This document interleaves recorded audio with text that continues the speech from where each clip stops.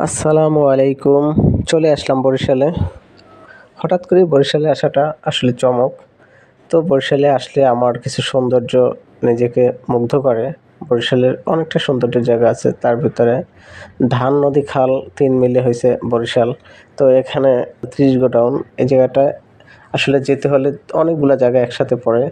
এখানে শিশু পার্ক পড়ে, ভিলেজ পার্ক পড়ে, ৩০ গোডাউনের এখানে আশেপাশে আরও সৌন্দর্য অনেক জায়গা আছে। যাই হোক, আমি ওখানটা ঘুরে ফিরে আমার গ্রামের উদ্দেশ্যে রওনা দিলাম।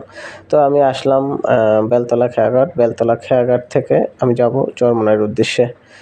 তো নদীটা পের হইলেই চরমোনাই, নদী পের হয়ে এপার আসলাম। এপারে এসে চরমোনাইয়ের জন্য রওনা হলাম। চরমোনাই সম্বন্ধে সমস্ত জায়গা থেকে এক নামই মনে হয় যে চরমোনাইকে চেনে। চরমোনাই সম্বন্ধে আসলে বলার মতো আমার কিছুই নেই। সবাই জানে, যে কোনো জায়গা থেকে বরিশালের অন্যতম প্রাণকেন্দ্র হচ্ছে চরমোনাই।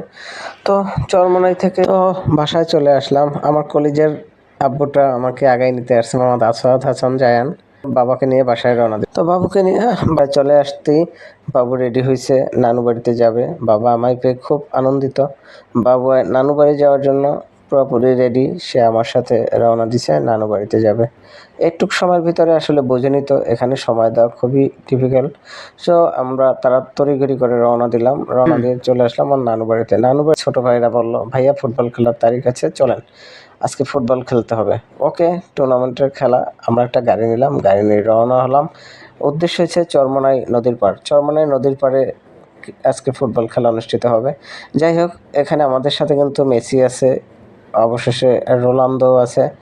আমরা চলে আসলাম চরমোনাই নদীর পাড়। এখানে খেলা শুরু হয়ে গেছে। আমাদের কিন্তু একটা কন্ডিশন ছিল, যারা ঠকবে তারা সমস্ত কষ্ট বহন করবে। যাই হোক, খেলা এক গোলে ড্র। বোঝে নিত এখন আর খেলবে না, কারণ কে টাকার দায়িত্ব নেবে, কেউ নিতে পারবে না। তো আমি বললাম, তোরা গোল করার দরকার নাই, আমি যেহেতু আছি আমি দেখতেছি।